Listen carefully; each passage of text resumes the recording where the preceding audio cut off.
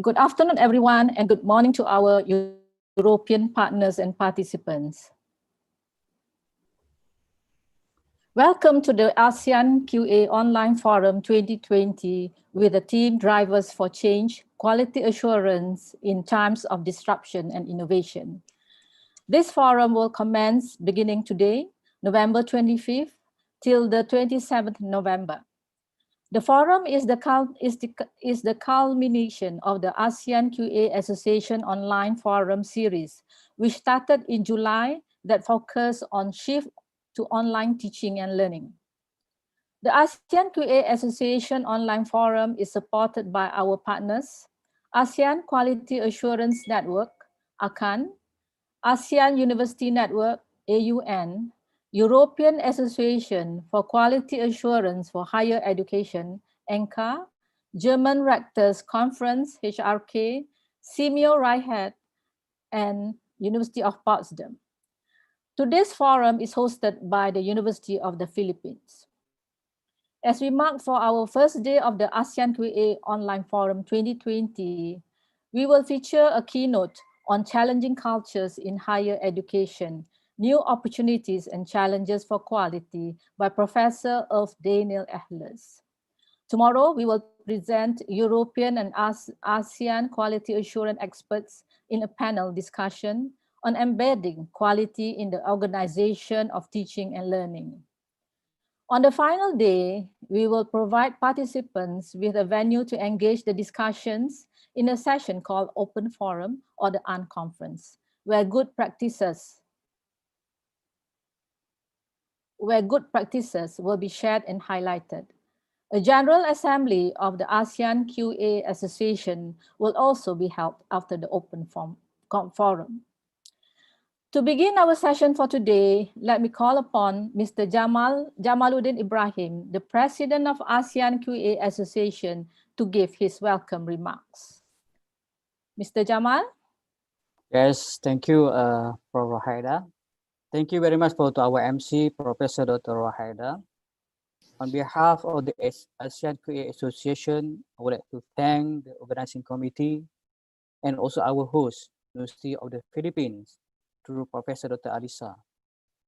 We also would like to extend our appreciation to the other partners, ASEAN Quality Assurance Network, AQAN, German Academic Action Series, DAAD, Simeo Regional Center for Higher Education and Development, Simeo Reichert, ASEAN University Network, AUN, German Rectors Conference, European Association for Quality Assurance in Higher Education, ENQA, and University of Potsdam for their support to make this fourth online forum a reality. Dear ladies and gentlemen, Assalamualaikum, a very good day to everyone. I wish to thank those who participated in the first, second, and third ASEAN-QA Online Forum 2020 series that were conducted on 23rd July, 27 August, and 30th September, respectively. I'm very pleased to welcome all of you to the ASEAN-QA Online Forum 2020 series that revolves around the theme Drivers for Change, Quality Assurance in Times of Disruption and Innovation. Today's forum is the fourth or the final in the series that culminates the previous three forums. In the first forum, we focus on the topic Going Digital, how do we assure quality and the shift? This was centered on how higher education institutions with different contexts and different levels of experience handle the sudden shift, and how QA can better support higher education institution management, navigate the whole teaching and learning processes during this pandemic. In the second forum, we focus on the topic Going Digital, learning from the learners. This was centered on the experiences of students during the shift to online teaching and learning, and how higher education institutions have engaged them in quality assurance processes. Meanwhile, in the third forum, we focus on the topic Going Digital, assuring quality in assessment. This was centered on how higher education institutions and QA can better support higher education institution management, navigate the whole assessment process during this pandemic. Dear ladies and gentlemen, Today, higher education institutions experience stagnant or declining revenue and escalating costs, lower enrollment, and students who are screen generation or IT savvy and less likely to attend conventional classroom. There is a need for new frontiers in pedagogy powered by new technologies, such as via blended learning, massive open online course, MOOCs, open and distant learning to combat these issues. Online education began initially as a strategy to fight declining enrollment. The synchronization happens when the accreditation body focuses on input, meanwhile the university focuses on the output, which is achievement of learning outcome. Focusing on inputs locks organization into a set way of doing things and inhibits their ability to innovate. On the other hand, focusing on outcomes encourages in continuous improvement toward an overall set of goals. Where regulation limits innovation, new players find ways to prove themselves outside the system. As illustrated in the story of General Assembly, a new set of education providers is emerging, ranging from those offering online micro-credential to boot camps that provide students with the skill they need at a fraction of the time and money. Amidst the COVID-19 pandemic, higher education institutions across the world have been urged to shift their teaching and learning online. In Africa, consensus seems that blended learning is the most likely change among institutions, which by most accounts is defined as up to 79% of teaching and learning being conducted online. Online learning may cause lacks engagement. It's impractical, example, no lab-based activities, requires large and costly bandwidth connectivity. Online learning requires institutional vision and investment, proper pedagogical training, thorough contingency planning, varied instructional design, technology-oriented learning outcomes, reliable infrastructure, and ample learner supports. Put another way, online learning requires good quality assurance. Current quality assurance adopted by accreditation body and higher education institutions need to be innovated in order to ensure quality education is experienced by students and stakeholders. Higher education institutions need to address how it will maintain a cohesive and quality learning environment if and when the next pandemic, recession, or natural disaster occurs. The gradual shift to online learning and its rapid rise amidst COVID-19 is a global phenomenon. University leaders must note and give quality assurance processes the seriousness needed to build sustainable online or blended learning offering in their institution. Dear ladies and gentlemen, I am grateful that ASEAN-QA Association will be addressing these matters in our ASEAN-QA Online Forum series from today until 27 November 2020. The new opportunities and challenges in e-teaching and learning will be shared by the expert in the first day, which today, through a keynote entitled Changing Culture in Higher Education, New Opportunities and Challenges for Quality by Professor Dr. Ulf-Daniel Ehlers, Professor for Education Management and Lifelong Learning, Baden-Wurttemberg State University, Germany, and also a Vice President of the European Association for Institute of Higher Education. Then the topic will further explored by 4 panelists through panel discussion on the second day, 26 November 2020, whom will be deliberating a topic entitled Digitalization in Teaching and Learning, Embedding Quality, AQA, and EQA Perspective. These panelists comprise of experts from Germany, Australia, Malaysia, and Thailand. In the third day of 4th series, on 27 November 2020, participants are given the opportunity to share their experiences in open forum with regard to e-teaching and learning. This open forum will further discuss on 3 topics, which are assuring quality in online teaching and learning, online teaching and learning delivery, and online student assessment. This 4th series will conclude and culminate all the topics discussed in series 1, 2, and 3 with further deliberation in e-teaching and learning. At the end of the third day, all interested participants could join the association General Assembly, whereby they will obtain the update on the association progression.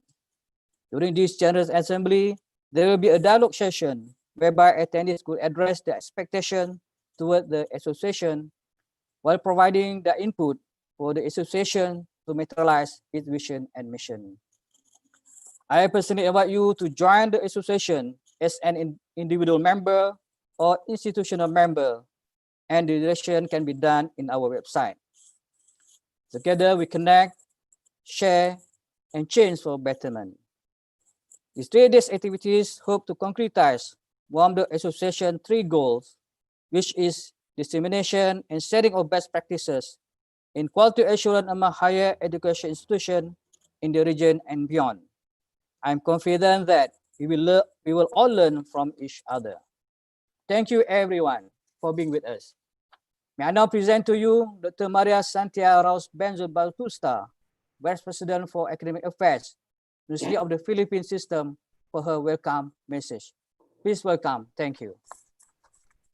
So Mr. Jamal Ibrahim, Ms. Maria Kello, Professor Dr. Daniel Ehlers, officers, executive board and advisors of the ASEAN-QA Association, participants from 25 countries. As of yesterday, 985 will be participating in this forum in the next 3 days. Good morning to our colleagues in Europe. Good afternoon to our colleagues in Asia. On behalf of the University of the Philippines, UP for short, we warmly welcome you to the 4th online forum, the final culminating activity in the series of the ASEAN-QA Online Forum 2020. The University of the Philippines System, with its 8 constituent universities, is very happy to host this online forum. If not for the pandemic, we would have met in the main campus of UP Diliman last October. But thankfully, we can meet a year later and probably have more of us attending than if you had to travel to Manila. Universities worldwide, as Mr. Jamal mentioned earlier, universities worldwide are struggling to adapt to the COVID-19 crisis. Like other universities, the pandemic has profoundly affected UP's operations and has forced us to implement various strategies to ensure that our multiple mandates as the national university of this country, more specifically as a research university, as a public service university, and as a teaching university for the country's future leaders in different branches of knowledge, are fulfilled. We are now operating in an uncharted territory. Administrators, faculty, and students are all trying to grapple with the difficulties and challenges of remote teaching and learning, which is basically internet-based. Given a short period of time, many faculty were compelled to redesign their courses for remote teaching and learning and adapt new pedagogies and assessment mechanisms to ensure that as much as possible, learning at the highest quality is not compromised.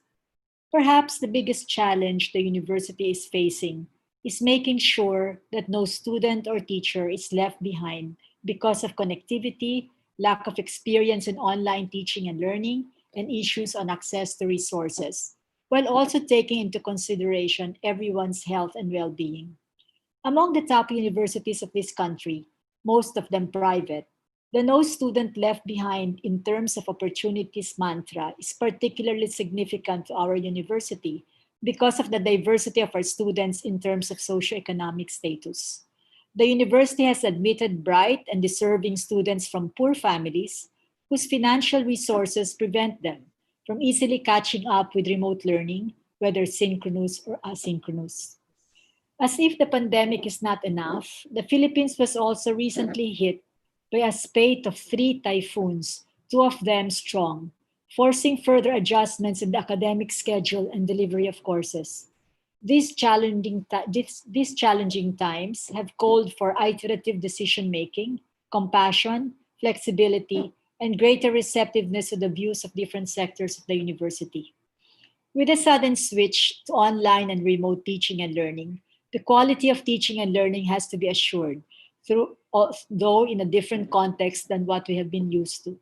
Centering on the theme, drivers for change, quality assurance in times of disruption and innovation, we welcome this forum because it is a venue for quality assurance practitioners in the ASEAN region and beyond to discuss issues and strategies to help the higher education sector respond and adapt to the global challenge.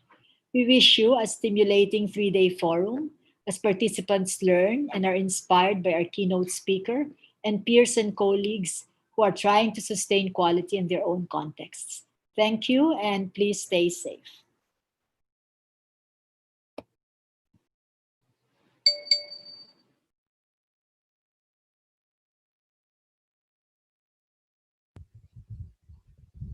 Thank you, Dr. Bautista. Thank you. And at this point, may we call on Ms. Maria Kello, the Director of the ASEAN-QA Secretariat, or the European Association for Quality Assurance in Higher Education. Ms. Kello, on to you. Thank you very much, and good afternoon, good morning to everybody.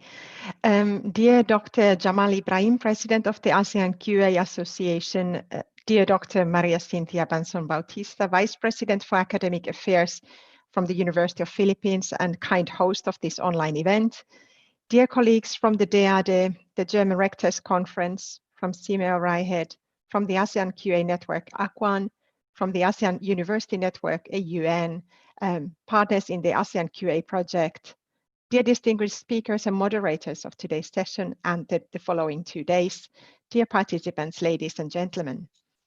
It is my great pleasure and honor to welcome you all to this 4th and final activity of the ASEAN-QA Online Forum 2020 on behalf of the ASEAN-QA project partners. This event marks not only the end of the 2020 Forum series, but also the first anniversary of the ASEAN-QA Association. On behalf of the entire project partnership, I would like to convey our thanks and congratulations. We are all very pleased that the association is now active and that it has achieved this excellent forum program in times that have been particularly challenging, as we all know.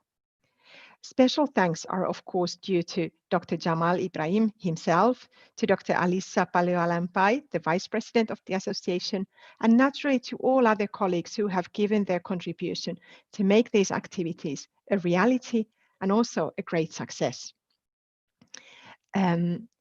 Also, warm thanks go to Dr. Banson Bautista and all her colleagues for hosting this event, which should have indeed collected us all together in the Philippines, but which now takes place online. This is the new normal for us. We are very used to that. But I for one look forward to the next opportunity to meet many of you in person.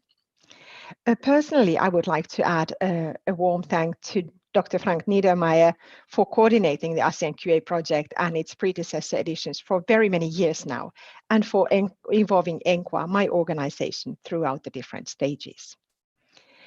My greetings come to you from Europe, where the sun is just rising at this moment, and to my own organization, ASEAN-QA, the European Association for Quality Assurance in Higher Education, of which I am the director. Of course, also in Europe, these times have been challenging for higher education and for quality assurance. All across the globe, programs had to move online in a matter of days or weeks in the early months of 2020. This caused also some concerns for quality, for the validity of degrees, for recognition, and for the success of students. However, we could observe that with the support and contribution of all the stakeholders in the sector, the situation could be kept under control, with the emergency measures ensuring the best possible education to the students, considering the circumstances. Naturally, there was a lot of firefighting, and what was an emergency solution and a second best will need to be addressed, analyzed, and then quality assured robustly in the coming months. In this period of crisis, quality assurance agencies have been able to provide support to the sector, giving advice on issues related to e-learning, e-assessment, to be facilitators of information flow in the national context and internationally, and importantly, to ensure dialogue between stakeholders and legislators, to make sure that accreditation processes could be extended or that online processes for external quality assurance would be considered as valid alternatives to the usual external quality assurance site visits. As Dr. Jamal referred to, we have to make sure that the processes are serious and trustworthy. Indeed, this is fundamental to be able to maintain trust in the system. In the short term, we have to rely on the good basis of trust that we have already created over the years. But in the longer term, we need new ways, new methods to make sure that trust in the system is maintained. And we have to also make sure that institutions that go through an accreditation process online in these times are not penalized for this. This means that an online external quality assurance site visit, if you like, has the same quality, same seriousness, follows the same standards and procedures, and gives the same guarantees as a traditional visit in order not to damage the sector or the reputation of quality assurance itself. While in the initial phase in Europe, postponement of external reviews and extension of the accreditation periods was the rule, as the restrictions on travel persist, indeed the priority is shifting and more agencies opt for quality assurance processes online. A lot of good practice is already in place, and we will collect as ENQA, we will collect and analyze those in the coming months to help us reflect on how to move forward in the post-COVID world, which we hope will soon be here. As the title of this event also suggests, the crisis has been a disruption to our system. There is no question about that. But it has also been an opportunity to innovate, to rethink our usual ways. We get so stuck into thinking what we are doing and what we have always been doing is the one way, the right way to do things. We rethink our usual way. We question what approaches are the best in supporting and assuring quality, and where the external quality assurance could actually become more innovative and more fit for purpose in the contemporary world. With a note of optimism that while these have been challenging times, we have gained from them too.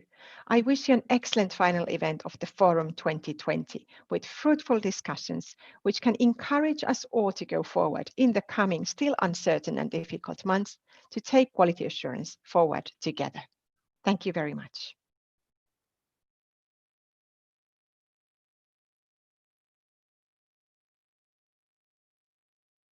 Thank you. Thank you, thank you, Ms. Maria. Okay, now we are fortunate. Now we move on to our today's session. We are fortunate today that we are able to bring you a renowned scholar as our keynote speaker. To moderate today's keynote session, I would like to call upon Mr. Frank Neidermeyer. Currently, Mr. Neidermeyer is the head and project leader, Department of Higher Education Studies, Center for Quality Development, University of Potsdam, Germany. Frank, the floor is yours. Thank you very much, Raida, for the kind introduction, and welcome everyone to today's session. I'm honored and very excited to moderate this session today, and I'm looking forward to the next 1.5 hours we still have left. Yes, so it was about getting to know each other at the moment, and I would like to start, before we hand over to Professor Ehlers, I would like to start by getting to know you, actually, also the participants, to know who is here. We have a full house here in Zoom, I see. We have over 500 participants here in Zoom. And we have also, I'm not sure how many at the moment, we have also people participating live on YouTube. As I got informed, we had over 1,000 registrants. So I think we can be really happy here for the association that there is so much interest about this topic of quality of online teaching and also of the special situation of the pandemic. So let me view quickly my screen and show you the Mentimeter to look at. So please go to menti.com, and I think the chat managers will also now copy and paste the link so you can directly access it. just go on menti.com and input this code 8827671. And I will then start with a few questions to know a bit more about who is actually here with us. And I see there is already the first answers coming in.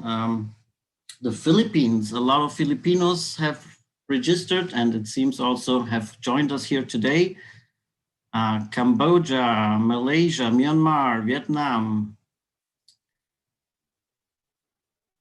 Yes, so please join us in the Mentimeter. You see the code also here on top, and let us know from which country you are.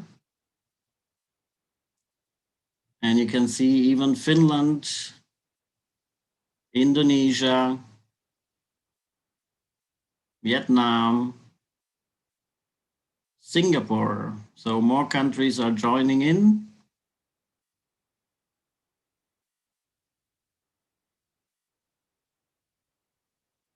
Yes, so good. So mostly from the ASEAN countries, but also some Europeans. Feel free still to join us here on the Mentimeter. I will now though go on to the next question, actually. I would like to know, how many times did you take part in the ASEAN-QA Forum of the online series this year?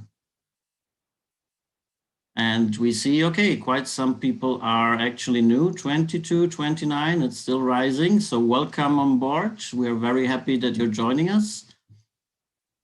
But we also have quite some people who have already joined us 3 times. That's great. So it seems that you have liked it. Very nice. But most of the people seem to be joining us for the first time. So a warm welcome, and we hope that you will also have time to join us for the next few days. And with that, let me go on to the next question. What role describes you best, actually? So the forum is actually meant for different stakeholders of quality of teaching and learning. And we see a lot of lecturers and teachers are joining us today, but we also surely have IQA managers and staff, representatives from higher education organizations, so networks and maybe regional associations or national associations, some from ministry also, and I see also from EQA, the people are joining our Menti. And also students, not so many, but I'm sure there's a few more maybe who are not currently taking part in our Menti, but we see a high percentage of lecturers and teachers. And I'm very glad about that, because it's actually the pandemic and the whole shift to online has been especially hard on the teachers, I think, and surely also on the students, but I'm very glad that there's so much interest about the topic by the lecturers and teachers here today.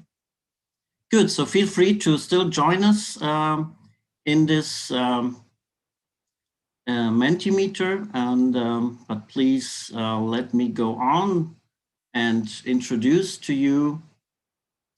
Also have a quick, let me change my screen. Have a quick run through what has happened. So, but very quickly, just because we are a bit ahead, no, not ahead, a bit late in time. So as we said, we had different online forums until now. The first one was really focusing on how universities shifted in a very, very short time to online teaching and learning. And we had 3 case studies, one from Austria, one from Malaysia, and one from South Africa, actually. And we learned a lot, and we were quite impressed on how quick universities actually also implemented strategies for capacity building, for example, also to support teachers and also students. Then we had learning from the learners, which was very interesting, a panel with students from different countries, from ASEAN and from Europe, and we learned in the end, I think that the shift and online teaching went quite well, but surely there is still limitations and challenges. And then last but not least, last time we had the topic of assessment and online assessment. And I think there is still questions of legality, but also many people are still doubting the question of cheating, etc. But all in all, solutions are there. Why am I going through this? I'm just also wanted to tell you that, yes, it's been a very interesting few months here also in the association. And not only for ASEAN, actually, people coming from ASEAN, from other universities, but you can see we always had also participants from Europe, but also from Africa and other continents. So yes, just a bit of publicity, join the association. I really recommend it for the future. And yes, as I said, this is the culminating forum. So today's speaker, Professor Ulf-Daniel Ehlers, we have asked him to kind of, from his point of view, from his perspective, to think about what happened in the last few months, to kind of wrap up and think about the new opportunities and challenges which this exciting and difficult times have brought us, and what it will mean maybe for online teaching or digitalized teaching in the future. Professor Ulf-Daniel Ehlers is Professor for Educational Management and Lifelong Learning of the Baden-Wurttemberg State University, and he's currently also Vice President of the European Association for Institutes of Higher Education, EURASHE. Yes, I think we couldn't have, we can't be more happy because he's really the best person we could have gotten for our keynote speech today. He has a lot of experience in e-teaching in different organizations, and also in the question of quality for online learning, for digital learning. For example, he was also the president for the European Foundation for Quality in e-learning in the past, and also the vice president for the Association for Media and Science in the German-speaking countries. And for example, I can just name a few because he has so much experience in the field. He has been advisor to the expert group on learning and teaching in the digital world for the Asia-Europe Foundation, which is actually currently, so that's also very interesting.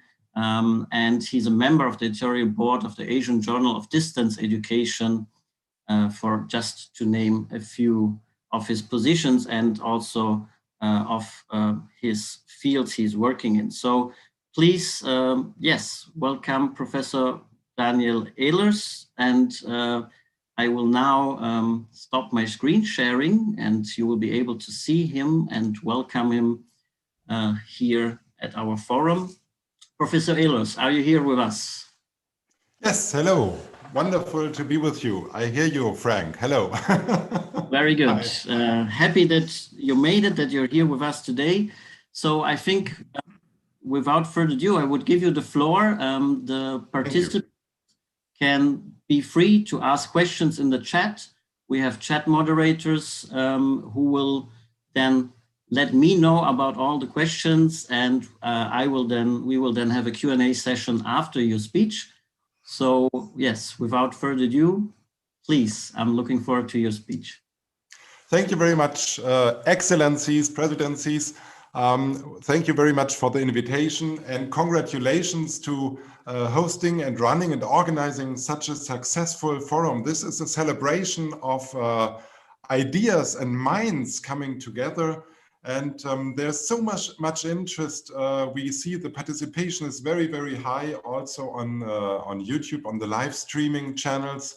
And I think this is really, really a sign that higher education in these times where we are today, and I can name the challenges, all of them, from climate crisis to the pandemic, to more and more other challenges, economic challenges and equality challenges. And I think higher education has a role to play. It has a position to assume, to take in that we are an instance of reflections of our society, and our minds need to network together to weave a carpet for the innovative solutions which we really need to develop for the future. I would like to combine a little bit these ideas of changing cultures, which means that we are not just looking at excellent scholars, but we are really looking at our institutions and how they work. Changing cultures, organizational cultures in higher education.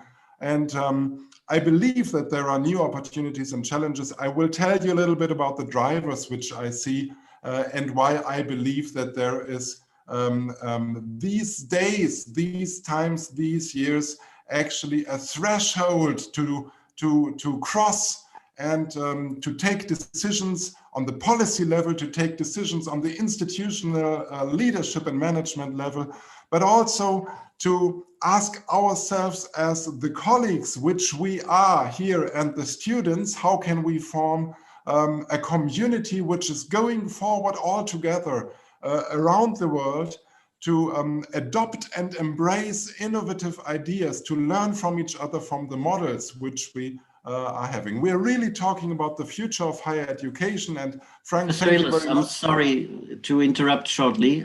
We are seeing your presentation mode. Could you maybe please change to the full presentation mode? I'm sorry to interrupt you. And while Professor Ehlers is changing the screen sharing, perfect, now it's working perfectly, thank you. Just let me correct myself, please use the Q&A tool here in Zoom and actually for your questions, and on YouTube, feel free to ask your questions in the chat. So please go on, Professor Ehlers, and sorry about the interruption again. No, perfectly well done, Frank. Thank you very much. I think it's good.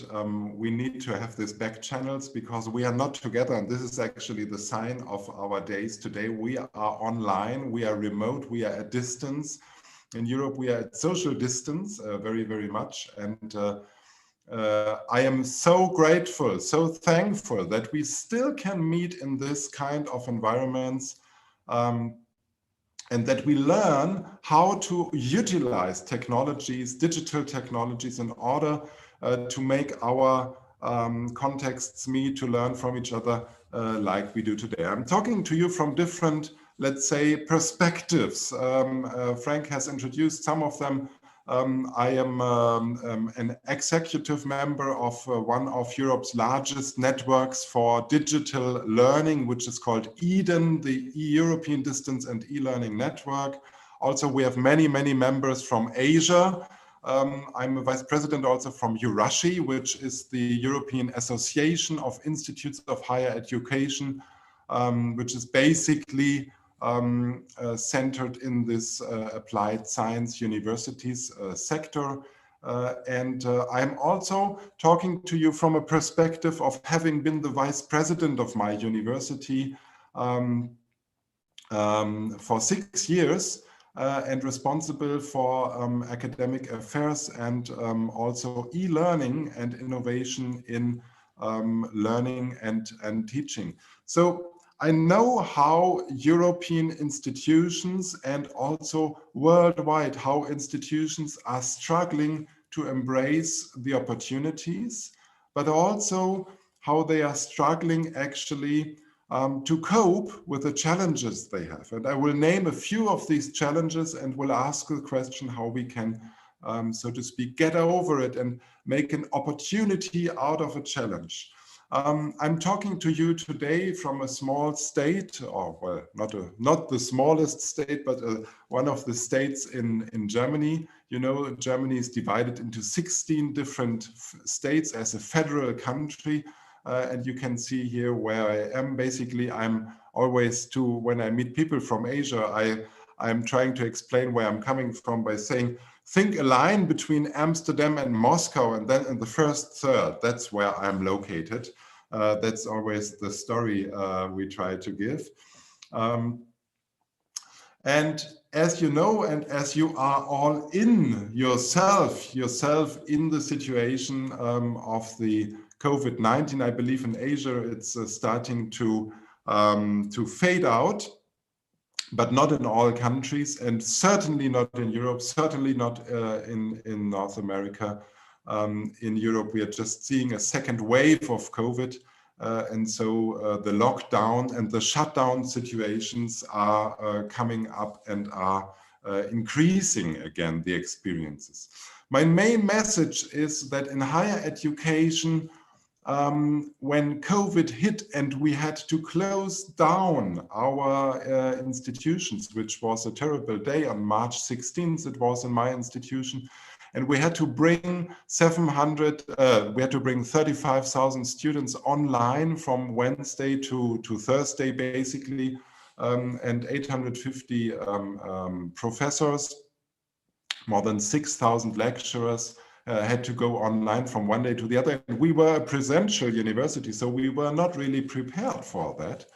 That on that day when COVID hit, we were all actually viewing the crisis as a crisis of the presential nature of higher education. The challenges were, the initial response was to conceptualize the challenges around the concept of space. And we said that we are in a distant mode, in a remote mode of teaching now, using online and digital tools. And I would like to suggest that let's view this crisis of space where we cannot meet also as an opportunity. It is a crisis, actually, I believe, of teaching and learning. It becomes apparent that our teaching and learning philosophies were very much centered around herding together students in a physical room and then having a rhythm of 90 minutes or 3 hours of lecturing them in a certain structured pattern. And I believe that we have an opportunity and we have a responsibility today to rethink this model, and we're doing that already all around the world. I see that now, that the question is asked, what is COVID-19 meaning for the future model of higher education?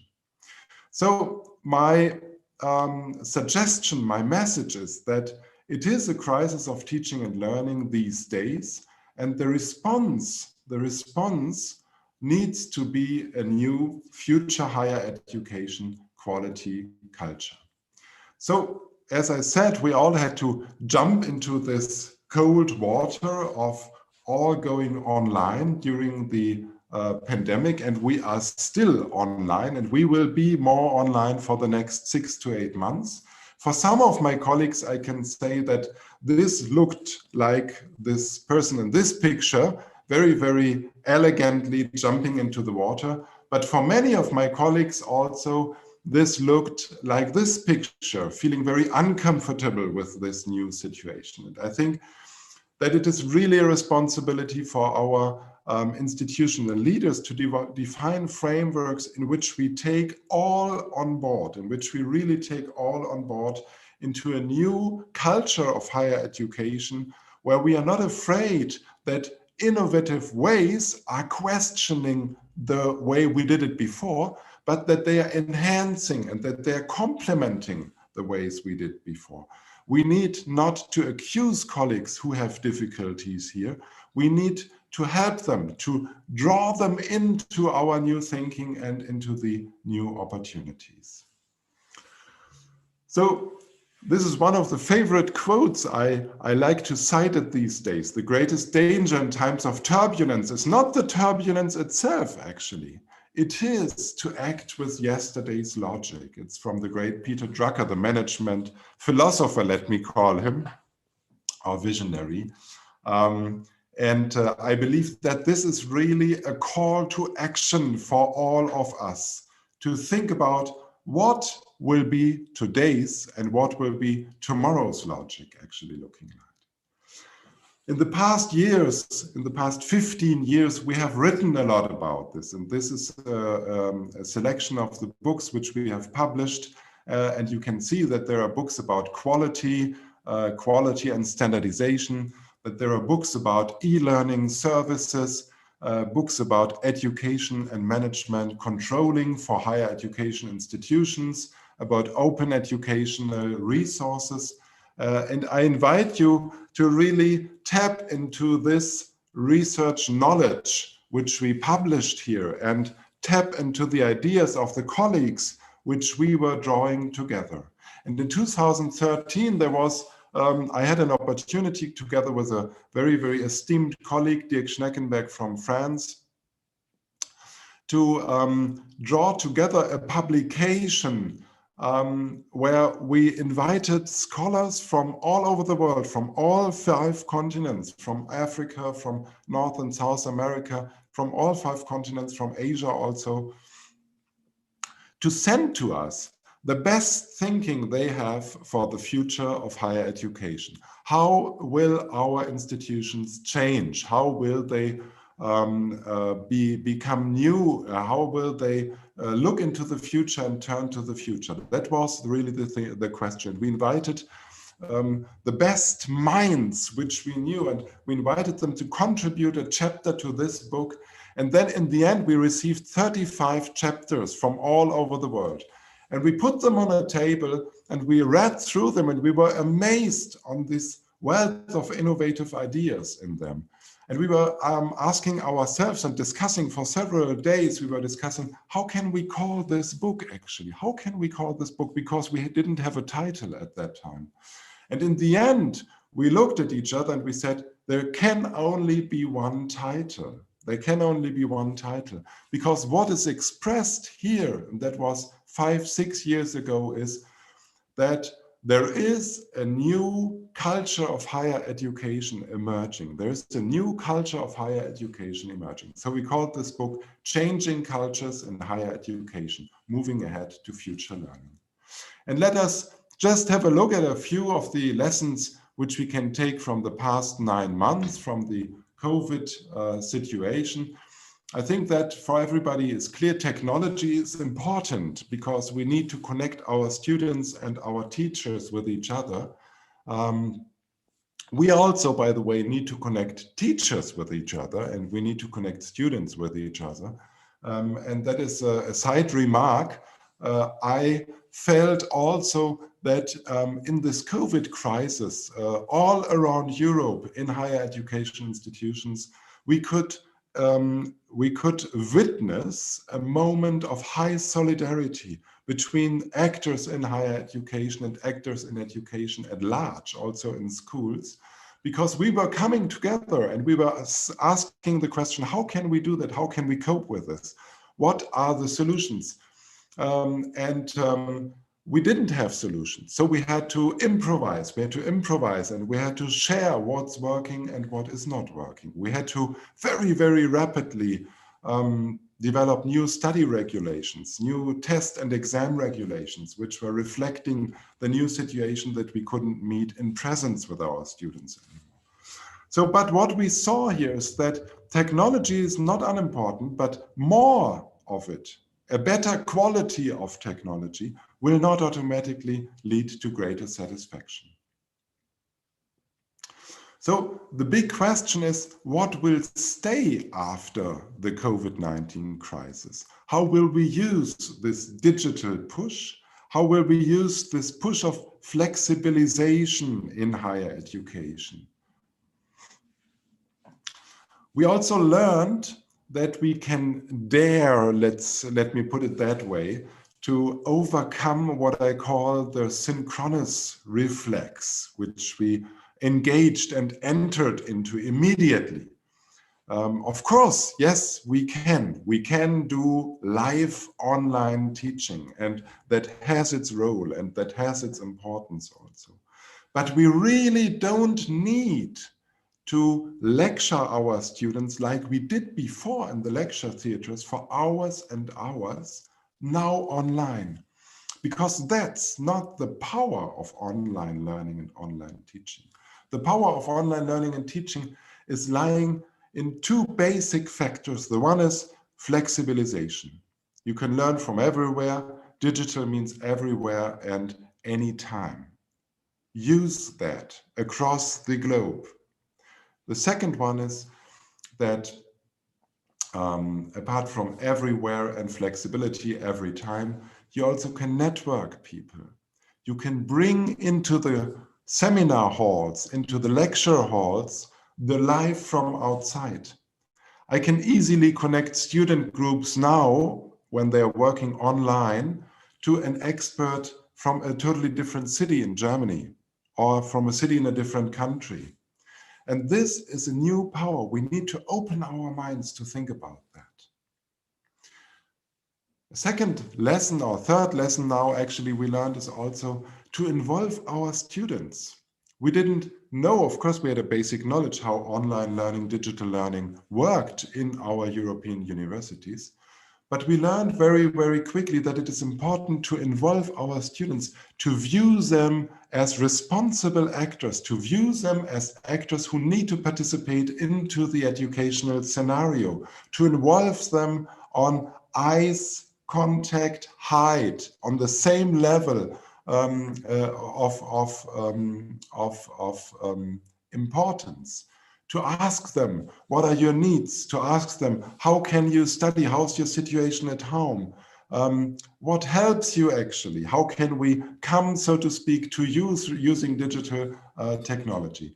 We have very, very quickly in our research group, which is called Next Education at my institution, I have a small boutique research group. We are running several international projects. And we have very, very quickly set up a podcast project in which we ask students, in order to give this topic an importance. How do you study at home? What works? What doesn't work? What are your strategies to relax also, apart from these lectures? Students are sitting at their beds in their kitchens, and they are every day at home and now listening to their professors. How do you network together? What do you do when you cannot leave the house anymore? So we listen to them in order to bring their voice to the table, to craft scenarios for higher education, for lectures, for seminars, which worked. And we also, after an initial phase of 15, 16 weeks, enlarged this project, because there was a lot of media attention on this project. There was a lot of interest in really learning what are students actually thinking about. Wow, that's interesting. And we enlarged this project with thanks to the European Students' Union, to a European project in which we are now having the ambition by the end of the year of having one group discussion, at least one group discussion from all 28 European countries, 27 European countries. Brexit. So higher education is at a threshold which we can use or which we cannot use. And I would call upon all of us to really make use of and view the current situation as an opportunity to rethink cultures of higher education for the future. And a thought experiment I would like to tell you about makes this even clearer. My son is 10 years old now. He's called Joshua, and I love him very much. And he has started school when he was 6, and that was 4 years ago, so in 2016. And I keep thinking to myself, how is his life going to be actually?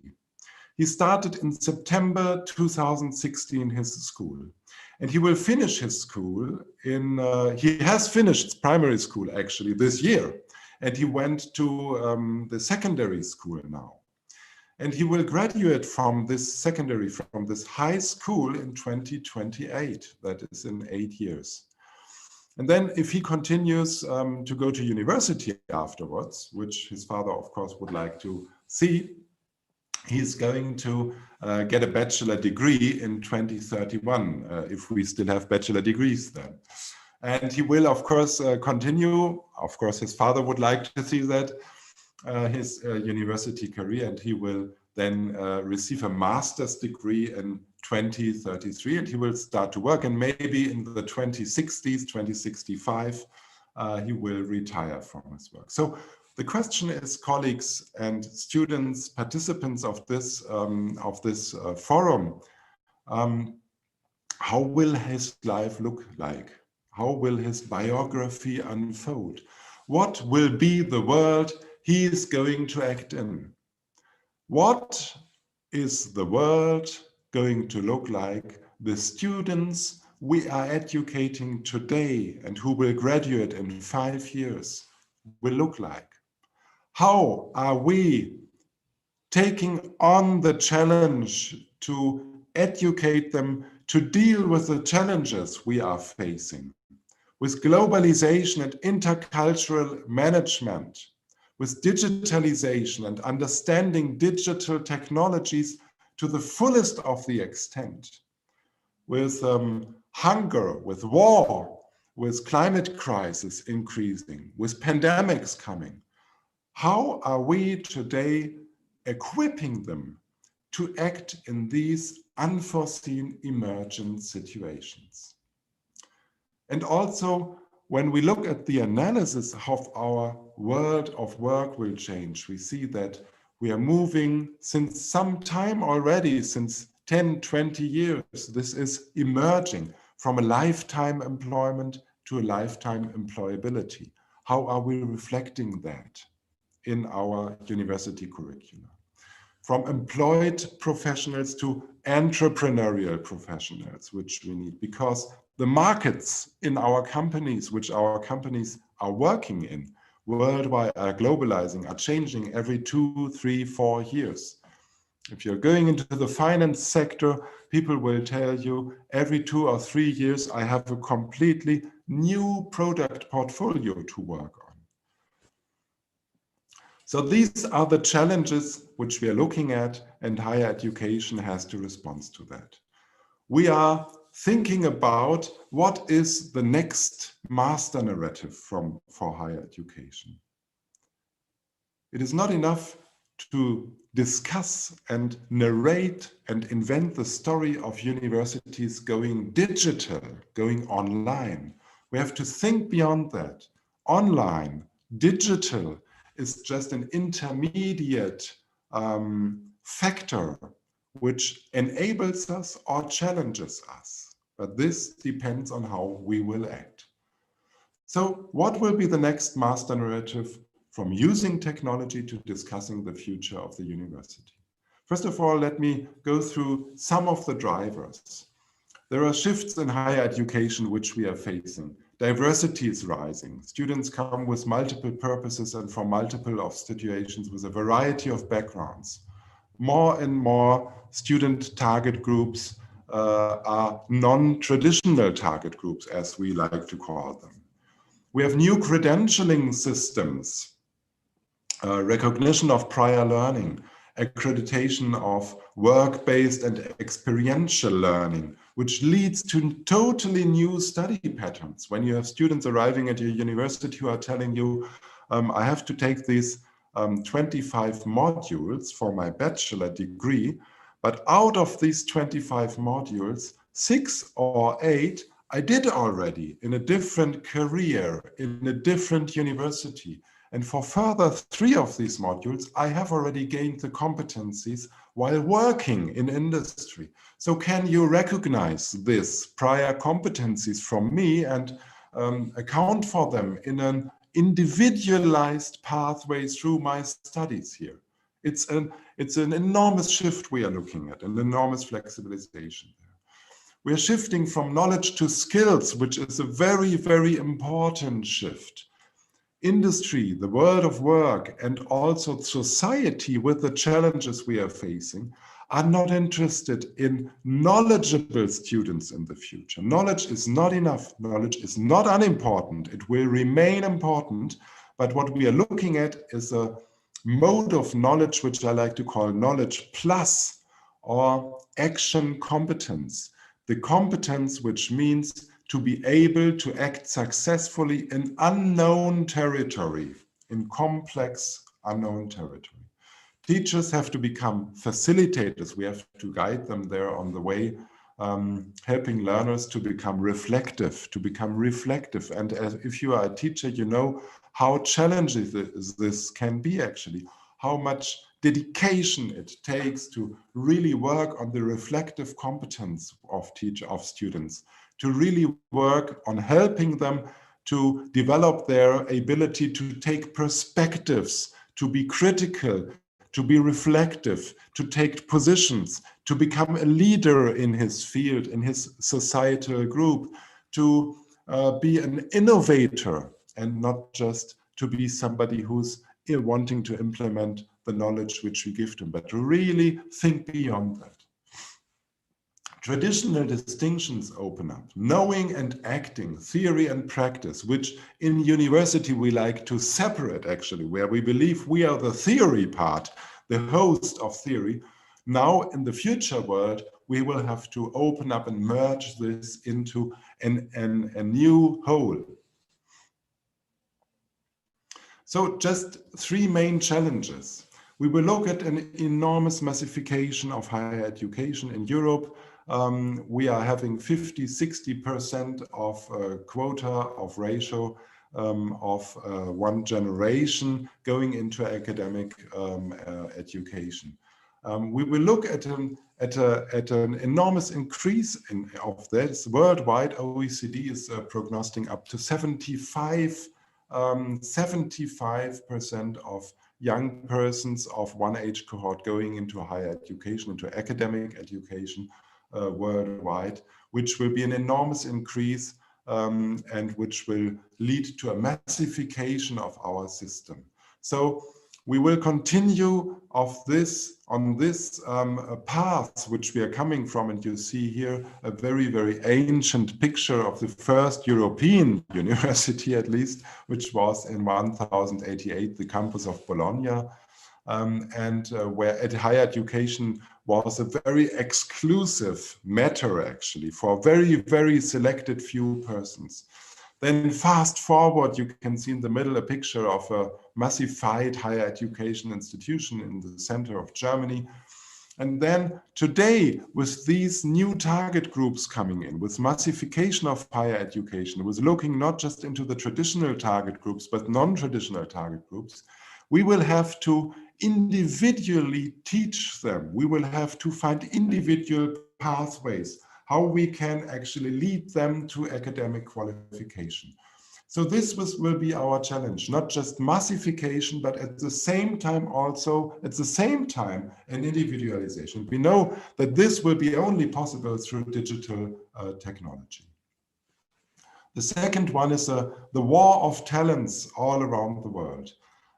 Is globalizing more and more. In 2011, and most of you might know this story already, Sebastian Jun at Stanford University, very, very highly selective, expensive university, Stanford only for the chosen few lucky people, lucky students, 2011. Sebastian Jun did something revolutionary. He's a German professor working at the Stanford University in the business information science field faculty. In 2011, he thought, I'm going to open up my introductory course to business information science online. Today, this is nothing new, but then it was new. He said, I'm going to open it up for everybody who wants to enroll.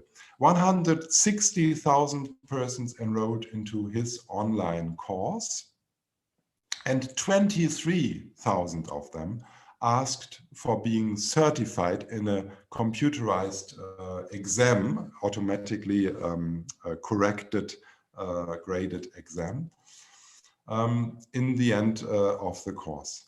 And the astonishing, amazing thing was that out of these 28 very, very privileged Stanford students, the best of the best of Stanford students of the class, the presential class of Sebastian Jun, the best Stanford students came in with number 412 out of these 23,000. And one of the best students, having the best exam coming in at position number 10 is Khadija Niazi from Pakistan, a small girl, 11 years old. So what does it tell you? It tells us about the power of online and digital education, globalizing educational opportunities, in order to make our world, in order to enable our world, our nations, our countries, our organizations to tap into the best talent which we can receive and which we can reach, to develop this talent where it is and reach it, and not just to close us down into our privileged and enriched environments in which we are only turning towards our own citizens. We need to enlarge access. We need to work for equal opportunities for higher education. The third challenge I would just like to tell you about is about this guy, which is called Jeff Warner. And Jeff Warner has 5 years ago, he's the CEO of LinkedIn. LinkedIn has I believe today, more than 600 millions of users and members. LinkedIn is a professional network like Facebook, but much smaller and only professional. And Jeff Warner was announcing in a press conference 5 years ago that he's going to be the new university with LinkedIn. And everybody laughed at him and asked him, well, how are you going to do that? What is the story behind that? And Jeff said, well, that's very easy, actually. In LinkedIn, we are asking people to describe their professional experience and their professional roles which they had, and the projects which they did, and the experience which they gained there, and the competencies.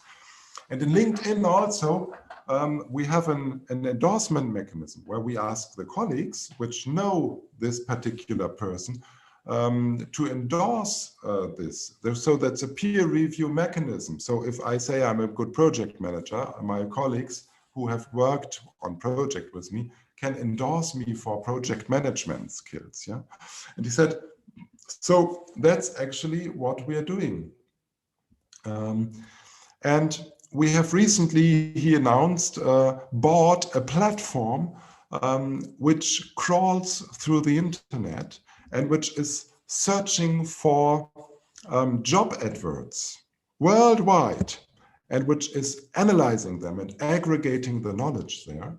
And with this crawler, with this platform, we know not only what the people are able to do, what their skill set is, which are members at our platform. We also know what jobs are requiring worldwide. When you go to Bangkok and you want to be a bank accountant in Bangkok, LinkedIn knows which skills you know, which skills you need. When you go to Singapore and you want to become a carpenter, LinkedIn knows what skills you need. So then he said, and recently we established a platform. We bought it first and then worked on it. It's called lynda.com. It's a global video lecture, video upskilling portal. And people can now go to our platform and can go through our skill and job career path explorer and can have a look which are the jobs which I, with my skill set, could acquire actually. And which would be jobs which are interesting to me, but for which I do not currently have the skills. But which skills do I need there? They can see this from our job advert analysis. And then they can take video lectures and can upskill them to apply for these jobs. Locally, regionally, where they are, they have the knowledge. And this will lead to a revolution in higher education, which we call the micro-credentials revolution, and we are still struggling to understand it. So these are the three big drivers which we are facing.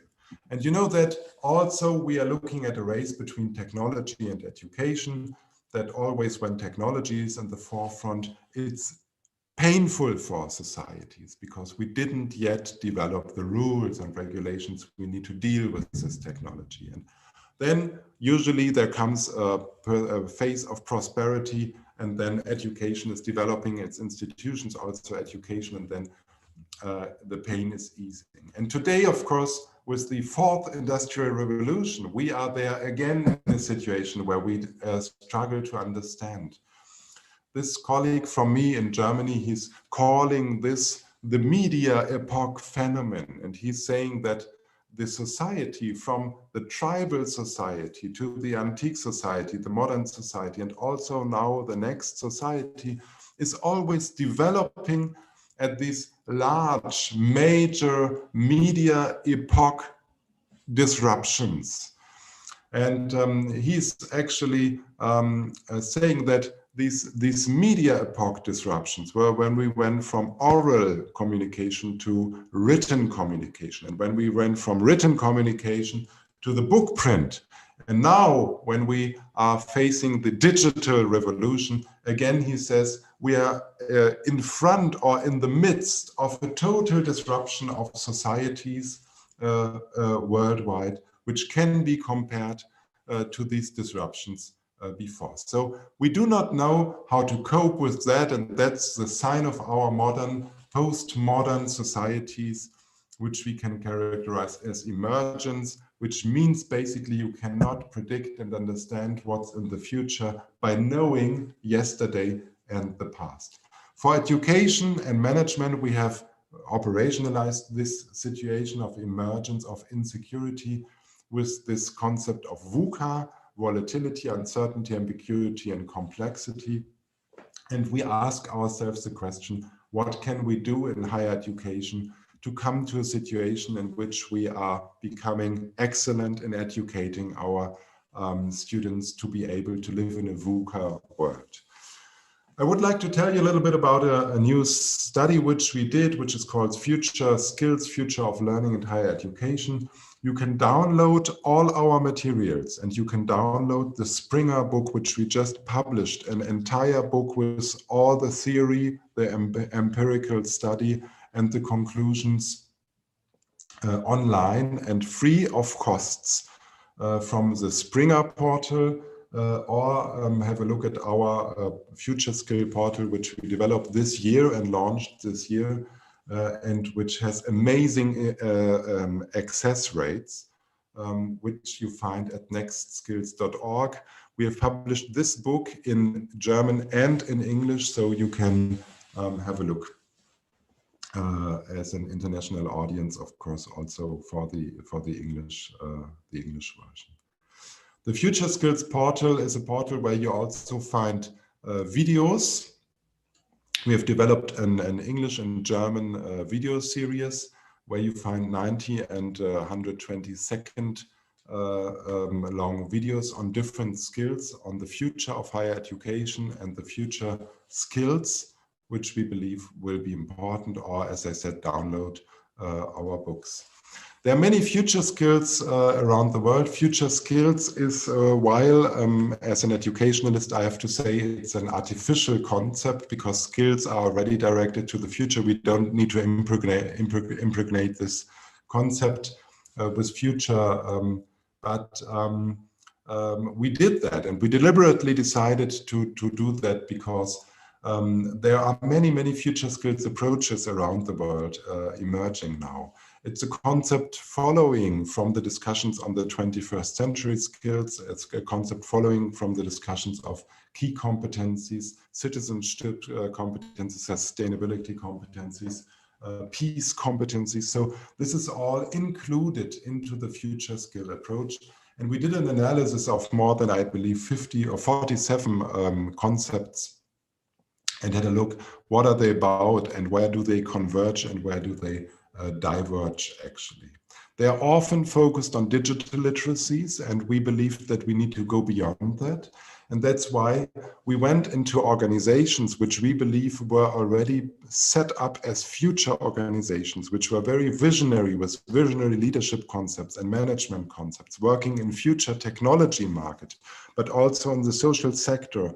And we did in-depth interviews with people working there, with the responsibilities, with the CEOs, with the people who managed these organizations. And we asked them, what do we need to do to be prepared for the future?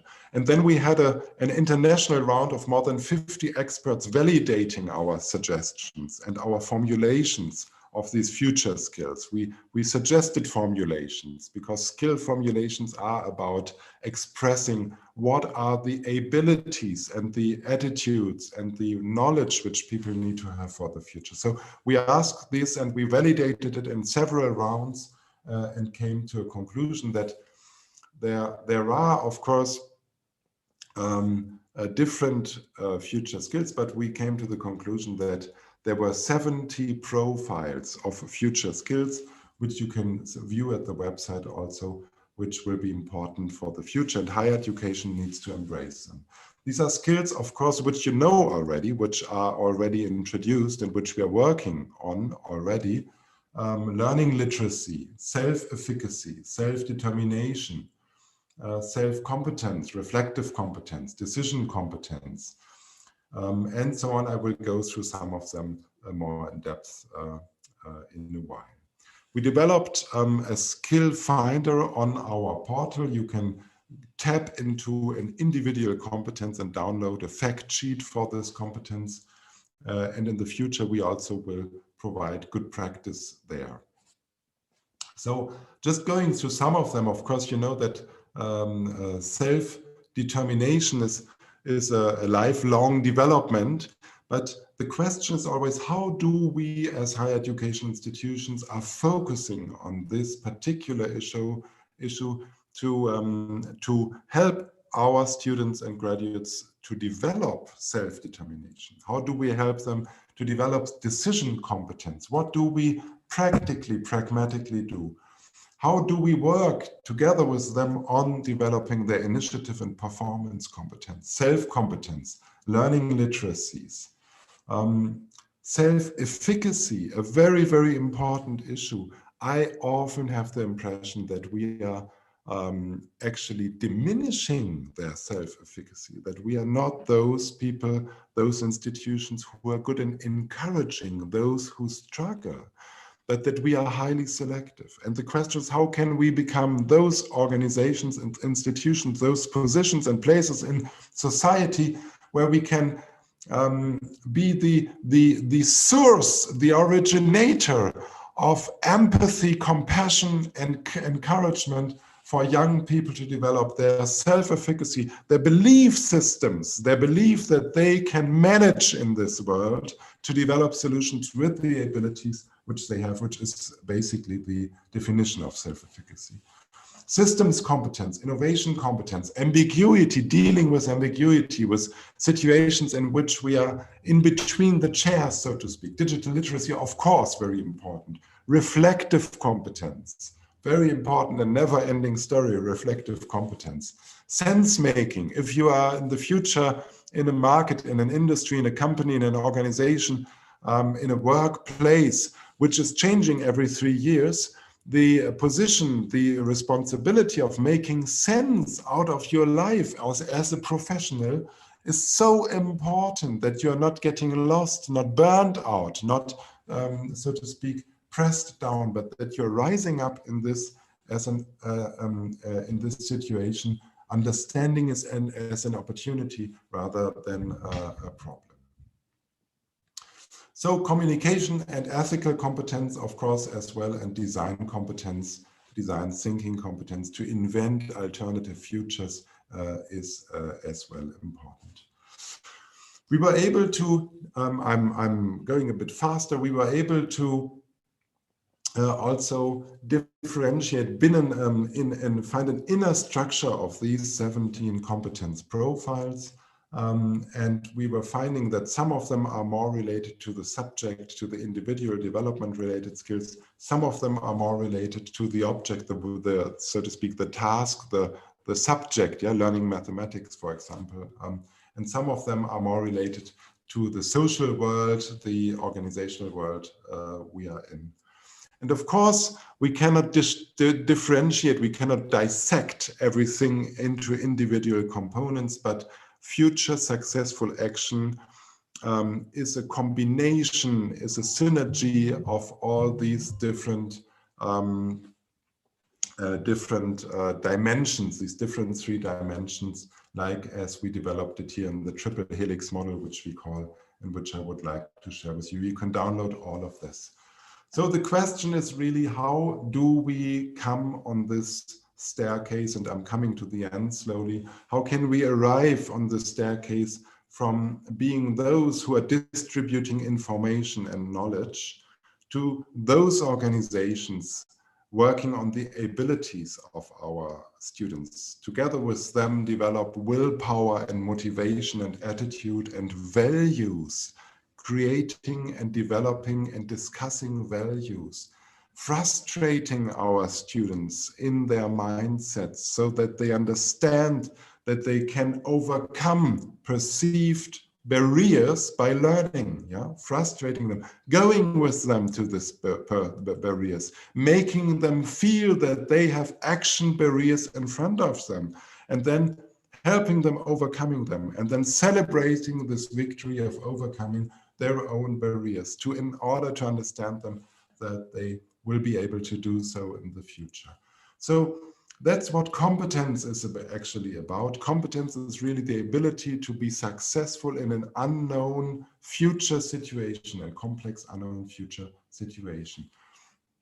Let's, as higher education institutions, as actors, as professionals, as scientists, as institutional leaders, as policy makers in our fields, understand that the response of higher education needs to be in a shift to an entire new higher education culture, which is integrating these kind of assumptions and attempts and ambitions, rather than putting add-on into our curricula. Another course on presentation competence, another course on resilience. No, let's put that into our curricula. Let's integrate it into our curricula. I'm just jumping a little bit and would like to tell you in the last few minutes a bit about the view of higher education. We were asking 50 experts around the world, and that's not representative. Let me tell you this in the beginning, but that's indicative. And that's a question to you all. We were asking them, if you have a view at this 17 different skill profiles of future skills, do you believe that higher education is ready, and how important do you find these on a scale from 1 to 5? And you see here in these scales that the dark blue shades are the answers of our experts expressing how important these different skills are. And you can go through them and view at the other skills as well. And then the lighter blue shades, are the expression where our experts said and expressed, how well do we do in higher education? How ready are we? From their impression, is higher education in the moment? And you can go through these different results and you can find huge discrepancies there. So there's really a call to action to develop the future university, which is embracing future skills in the way I've just expressed it. It's urgent, and we need you all to build this new quality culture in higher education. The last result or idea, I thought actually I would like to share with you is the scenario building exercise. We did a scenario building exercise with our experts, and we asked them, so which will be the, let's say, the components which in the future will have an impact on our higher education institutions? And how will higher education institutions will have to respond to them? And these are the 4 which came up there. Of course, future skills, which is a future skill university scenario, will be more important. I talked about that already. But then also the networked multi-institutional scenario will be important. And colleagues, are we prepared for that? To receive students which started at different institutions into our institutions, and then to allow them on their pathways to academic lifelong education to go to other institutions as well? Do we understand how the curricula of other institutions are shaped? Do we understand how they were educated and taught in other institutions? And can we value that? Can we recognize that? Do we have the tools and frameworks? In Europe, we are trying to develop these tools and frameworks, but it's often a big challenge on the practical, on the pragmatic side in institutions for students really to seamlessly go through the institutions. The My University scenario, the personalized, individualized curriculum. Some institutions are starting indeed, the famous Taylor institution, Taylor Higher Education, the Taylor University in Malaysia, I recently visited, and they are starting indeed to developing an approach where students are choosing their own curriculum in the beginning. And of course, they are not left alone with it. They are coached and then they present it to a board, an academic board, and this is quality assured and so on. But they're moving away, and also Stanford, other private universities, more and more. They're moving away from this predefined idea of preparatory, higher education as a preparation, but higher education as a productive process of becoming aware that you are the creator of your own future, and being involved from day one, even into the curriculum development. And then, of course, the lifelong learner higher education scenario. You can download all these scenarios and detailed descriptions and the empirical base behind that from our website, which is here. And with that, I'm coming to an end, and I thank you really, really very, very much for your attention. It has been a big, great pleasure to be here with you, and I hope that I still can answer some questions. Thank you very much. Thank you so much, Professor Ehlers. It has been a really inspiring keynote, and I took down a lot of notes, and there have been a lot of questions already. And it was really interesting to hear about shifts, the main challenges you showed of higher education, and also about this topic of that we are just in an intermediate state actually currently, and that the real discussion should be about a new form of higher education. So the future of higher education, actually, what do we need? And the future skills are certainly one answer to that. But yes, maybe as a first question to you, given that universities are actually struggling in this times already with this intermediate state, what would you say do universities need to do, or how could they actually be more proactive than reactive in this sense? Yeah, thanks for the question. There's no one-size-fits-all recipe, actually. Universities are very diverse organizations, and they are autonomous organizations, so they are difficult to govern. You cannot easily, in those higher education systems which are characterized through high autonomy, you cannot easily decide on a government decree to so to speak, to change the entire system. So what's really necessary, I believe, is that policymakers, and in Europe we are discussing that very, very much. We have just published the recommendations for the next phase of the Bologna process, and I've been having the pleasure to co-chair the group of 17 higher education ministers and stakeholder groups, unions, and so on. For the last 2 years, we have developed recommendations on learning and teaching, and these are recommendations to the ministers. And this is one aspect, one particular thing which we have to do, in our regions in Europe, which we have to do in our countries. We have to develop networks and forums and alliances where institutions are coming together to discuss this. These are important models, and you can read this in these recommendations also of learning and teaching. And we have worldwide to develop networks. It is always in higher education a matter of bringing stakeholders together, policymakers together with institutional actors, and also bring in companies and the world of work. This is always an important issue.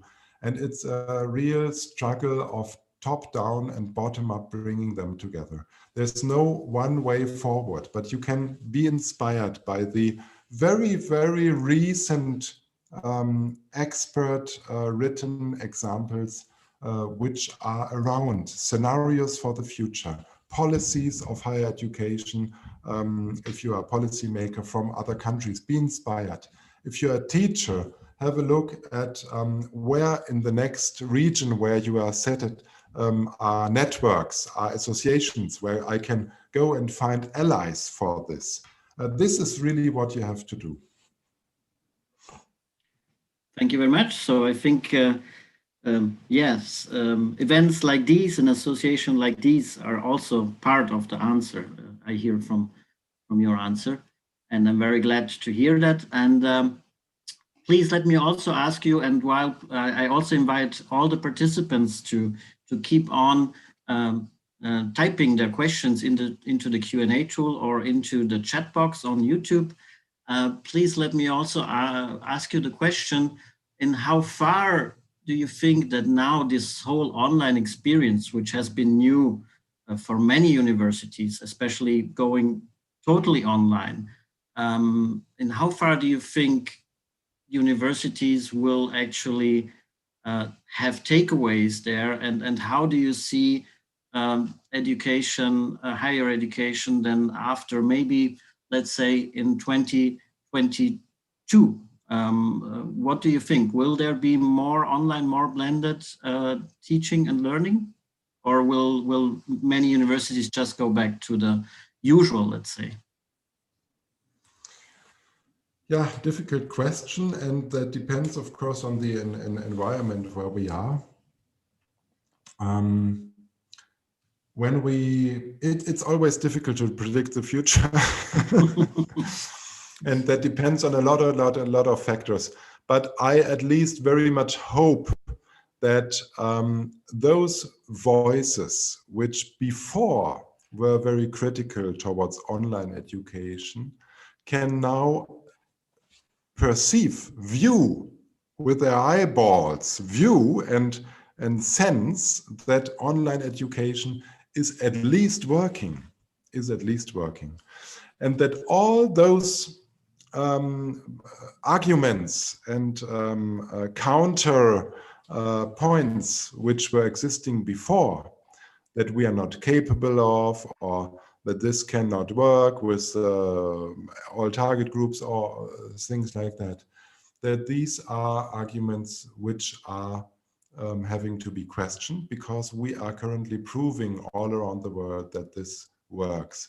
And when I say it works, I am very aware that there where we have situations of inequality for students, where we have situations of diverse and students in difficult situations, that these difficulties and these inequalities have been enlarging, because those who have a favorable access to technology, to an environment where they can study, to informal resources where people can help them, those have a very, very good position now. But those who are in difficult situations, who are not so well off, those have a much more difficult position now. And of course, we need to really also work to be more inclusive in the future, because as you have seen of this small girl, Khadija Niazi from Pakistan, we need to reach these people. We need to support these people. We need to bring them into the society as the future leaders, because we need them to shape them. We need these bright minds to shape the future. It's so important. Thank you very much. That's a very important point which you have made, and it also leads me to go now to some questions of our participants about digital online learning. And one question here about the students is actually also, what kind of effects does digital online learning have on the interpersonal and social skills of students, in your opinion? Is there a kind of effect in comparison to usual traditional presence learning? the comparison between the usual, the traditional, I don't know if we can say traditional really, but yeah, if you look back 100 years, the traditional form of higher education compared to online education has been researched very, very well. And there is a unanimous decision and a unanimous outcome about this issue. The comparison between online and presential higher education, and in former times distance higher education and presential higher education. The comparison between these two has been researched in the last 25 years is continued to be researched. And all studies have resulted into a phenomenon which we call the non-significant difference phenomenon, which means basically there is no advantage of one over the other.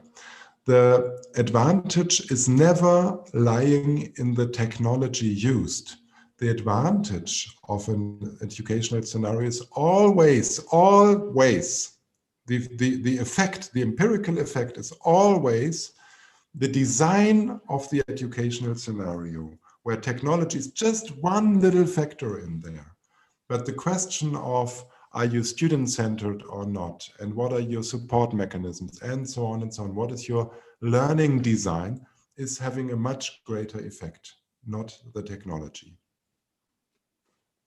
Thank you very much. And I think that's something many have experienced also now, that there is actually bad teaching in presence, there is also bad teaching in online, and there is good teaching in both also. So it always depends how you actually do it.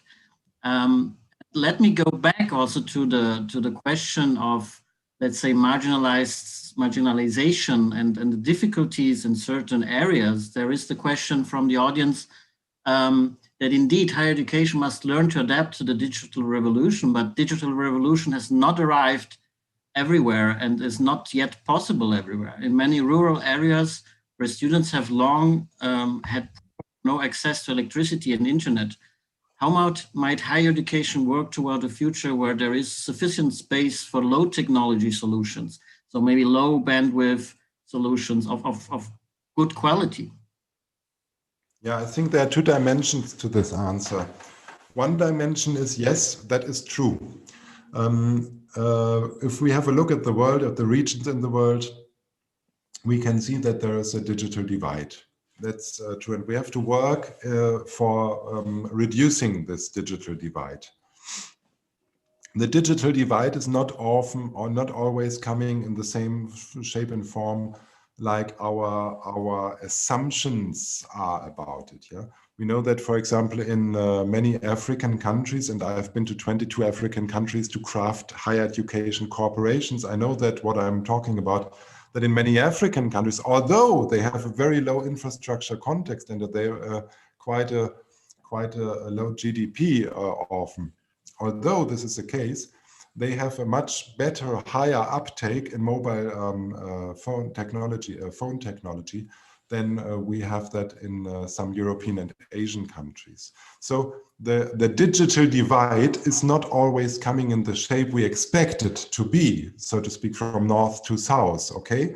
There are different patterns which we have to view, but the digital divide is a reality.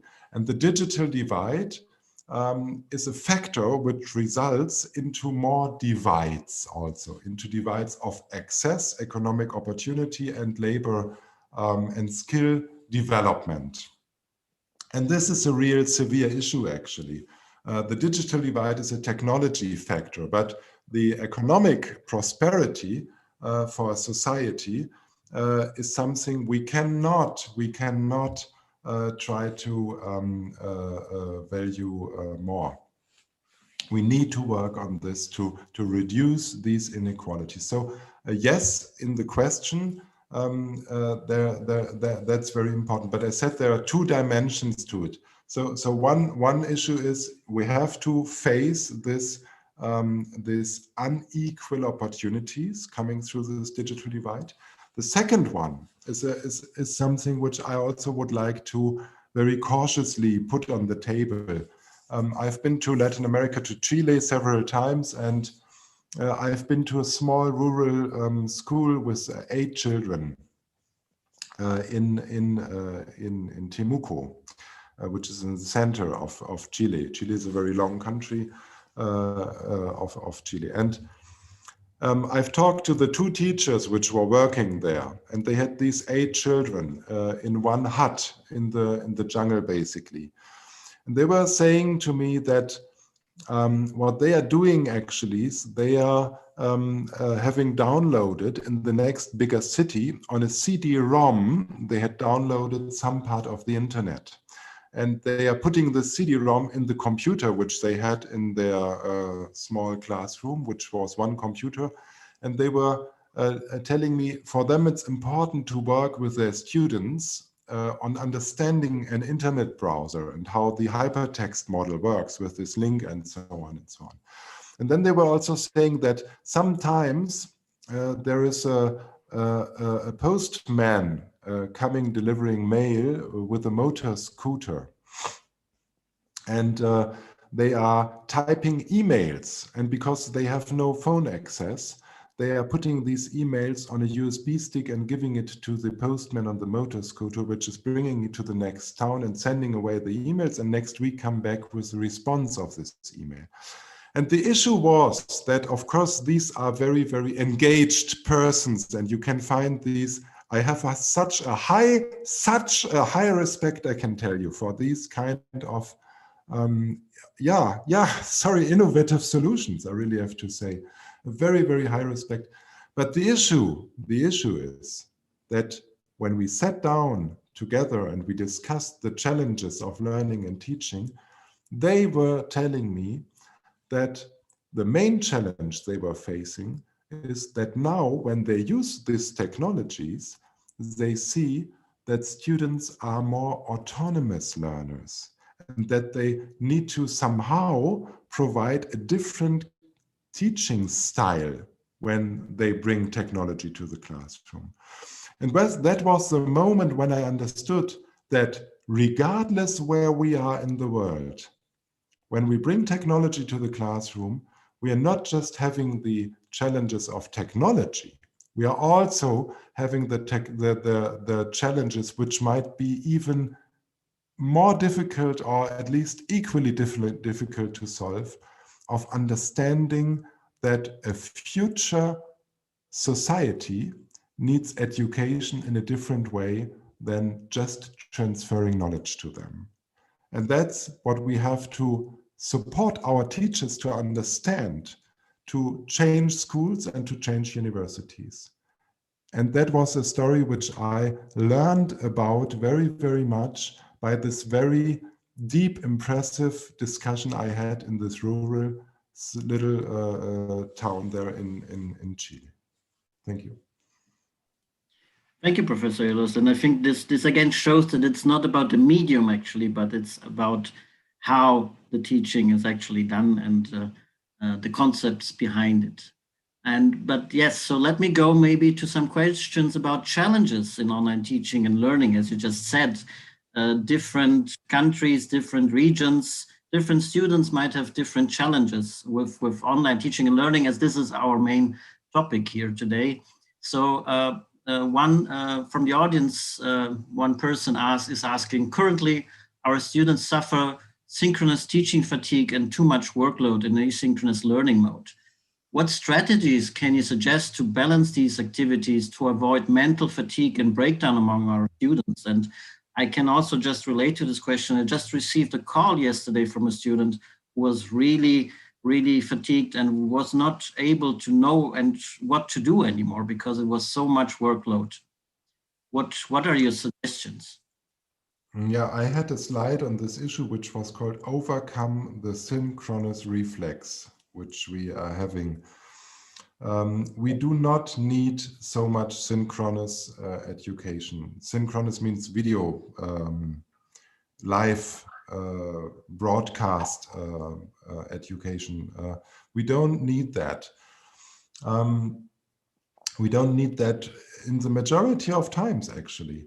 Start to work wherever you are. Start to work with your colleagues, actually. Yeah, you are not the only person teaching your subject in your university, usually.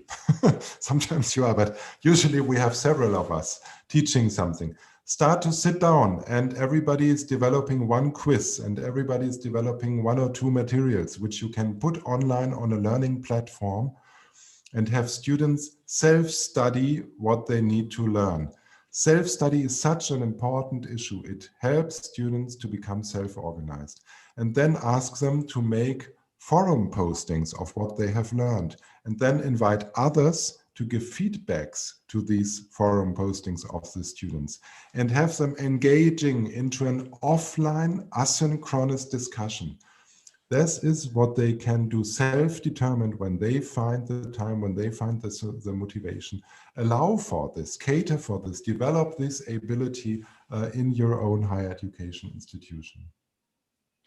I think one of the recent feedbacks, and also which was in the questions, is that actually also this asynchronous ways of self-study and are giving students trouble in a sense that they have a lot of pressure to hand in something. If you have different courses, maybe for one course, the concept and the demands is fine, but if you have different courses during a semester and everyone now is asking you to hand in something in the next 2 days, this and that, it looks like students are kind of overwhelmed with this.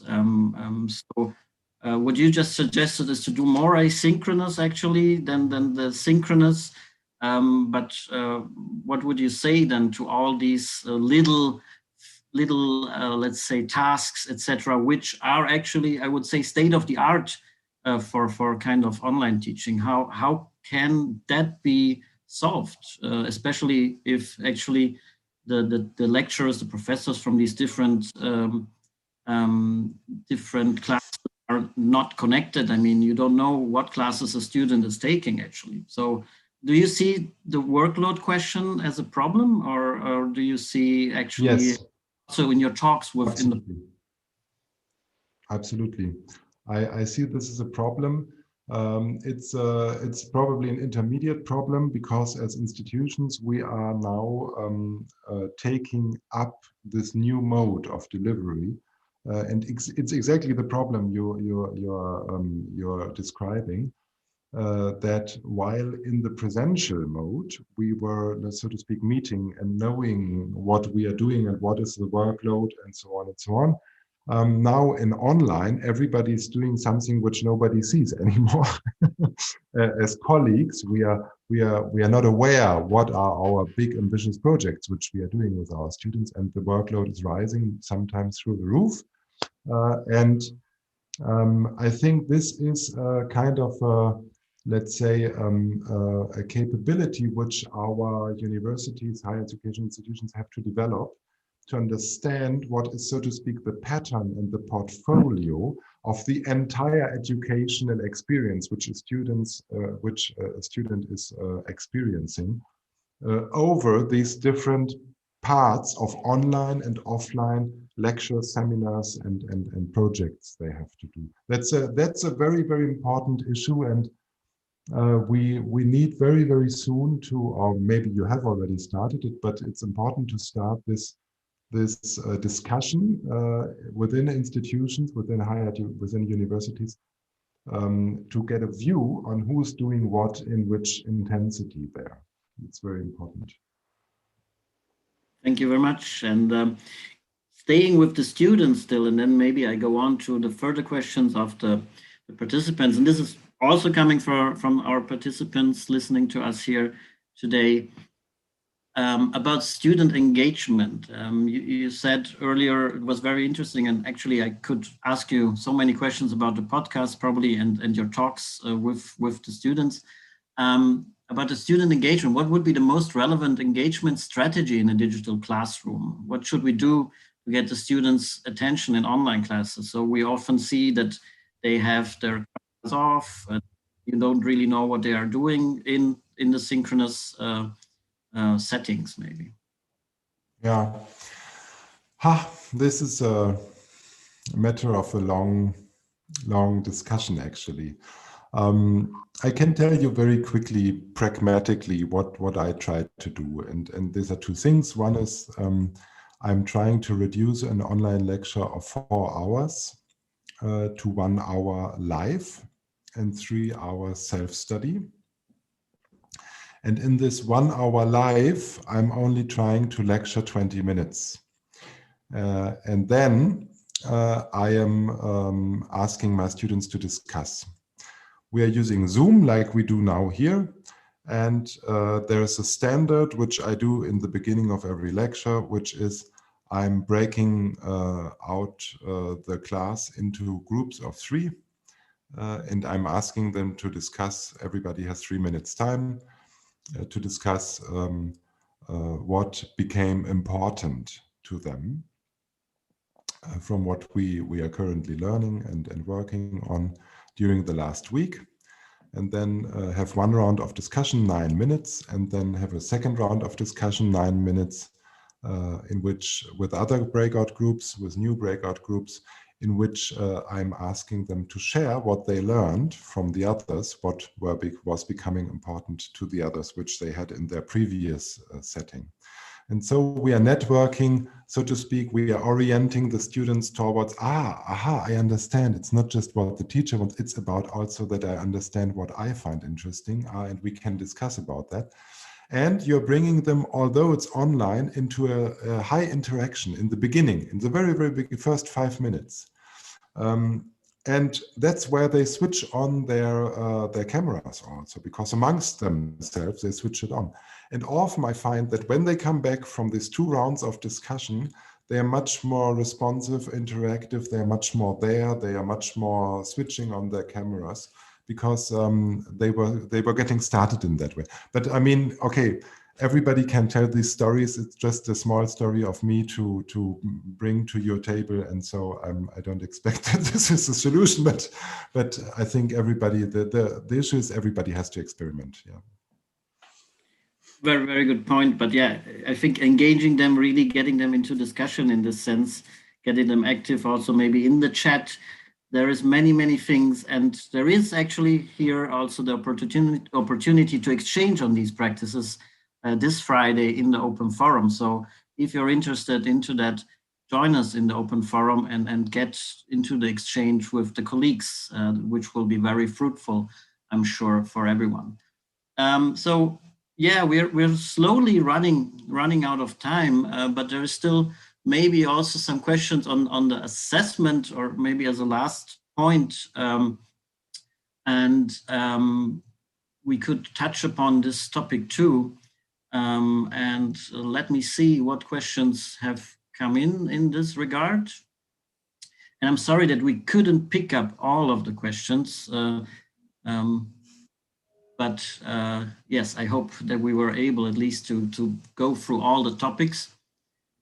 So there's one question. I'm so curious how you manage student exams during the pandemic, and what is the effective and what is not in terms of ensuring the integrity of the student assessment so effective. So could you maybe share a bit how you did your examination? Online examinations, juridicable online examinations are difficult. In Germany, in Europe, I believe in Europe, it's not possible.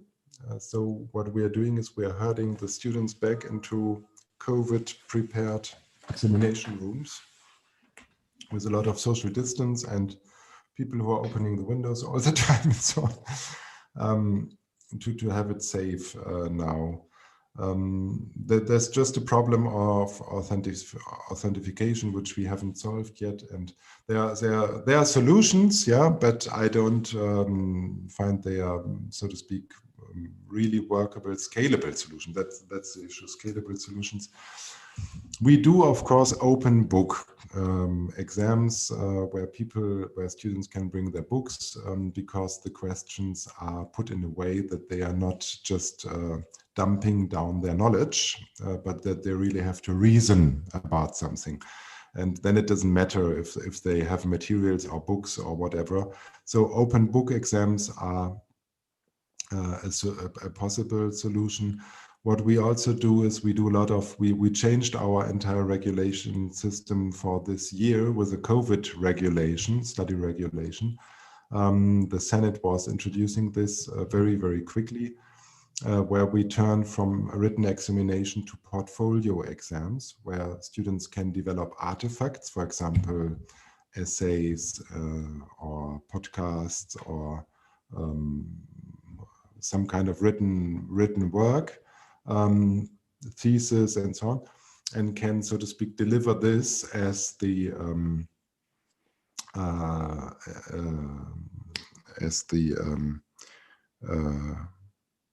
deliver this for the exam of the course. That's what we try to do, because we believe there is no good working online testing system.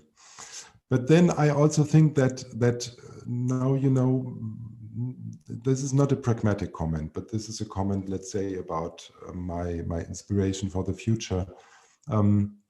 We also need to think,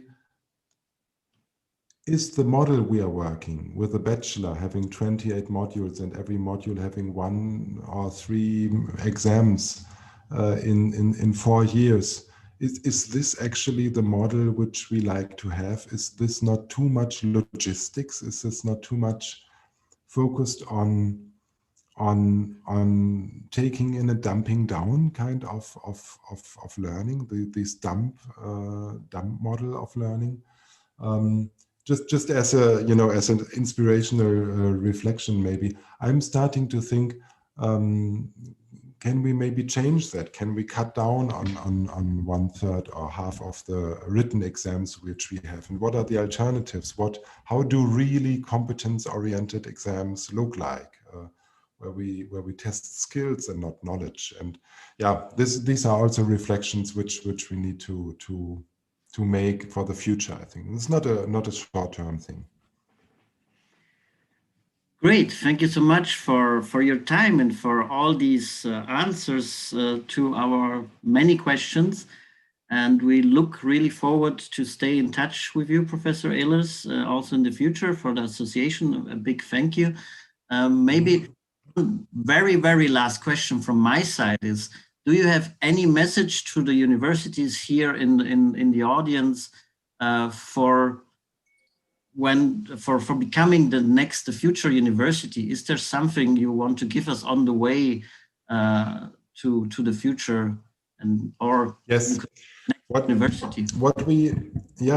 I've worked on this issue quite a lot in the last 2-3 years with colleagues from 17 different European countries. And at least for us, I can say, and that's not probably true for everywhere in the world, but for us, I can say, we believe that for universities, it is difficult to reform themselves from the inside. So what we need to do when we want to turn towards the future, we need to form regional networks of institutions in which we come together and in which we make our course of the future an important course, share what's working, and try to find resources and influence shaping policy making. Great, thank you very much. That's the perfect last words for today. And with that, I wish you a nice still week ahead. And I want to ask the audience actually now also, what is your takeaway? And I'm sharing again my screen. For the Mentimeter, you can go again on the same Mentimeter, and please, the chat managers, if you could please share the link again in case somebody has not kept open that browser window. So the question is now, what are your major takeaways from the experiences and discussions on online teaching and learning? So maybe just in one word, if you think about it, what is your major takeaway? We would be very much interested to hear about that, and also to share it here in the audience. And I'm seeing inspiring. The first answers are already coming in. Future skills, which we heard about, integration to curriculum, very good. Yes, that's a point which had been made earlier, a very important point. Innovation, it's possible. Yes, it's possible. I think we learned that throughout the last months. And future skills, many are saying future skills, adjusting changes in quality, in culture of higher education, multidisciplinary. You can see a lot of answers are coming in.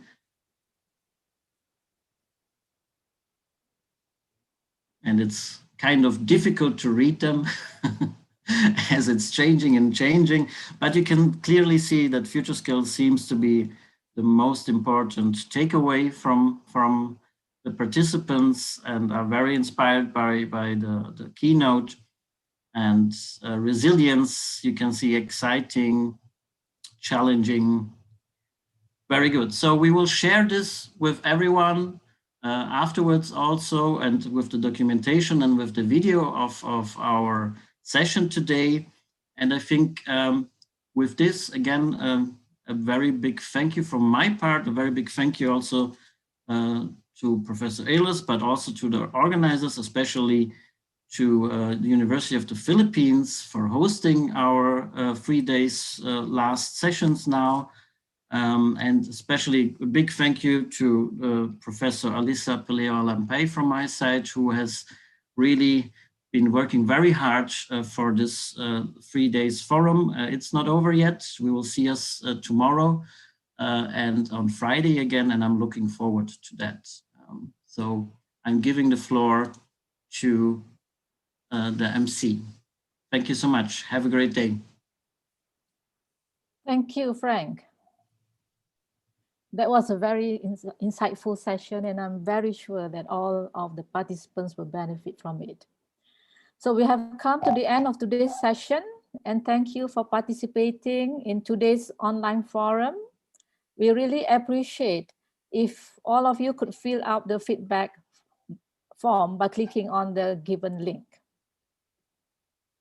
A gentle reminder of tomorrow's program, we will have the panel discussion with the theme Digitalization in Teaching and Learning, Embedding Quality Assurance, IQA and EQA Perspectives. We have invited 4 panelists.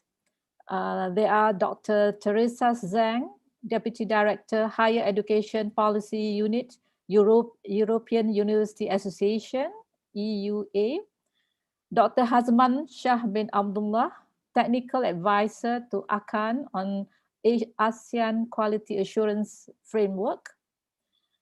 The third panelist is Professor Jeanette Baird, Adjunct Professor of Higher Education at Divine World University in Papua New Guinea. And the fourth panelist is Associate Professor Dr. Jesak Iramanirat, the Director of Sinraj Health Science Education Excellence Center, Faculty of Medicine from Mahidol University. So be sure to log in using the given link beginning at 1:30 p.m. Bangkok time by the Secretary. See you tomorrow and have a good rest.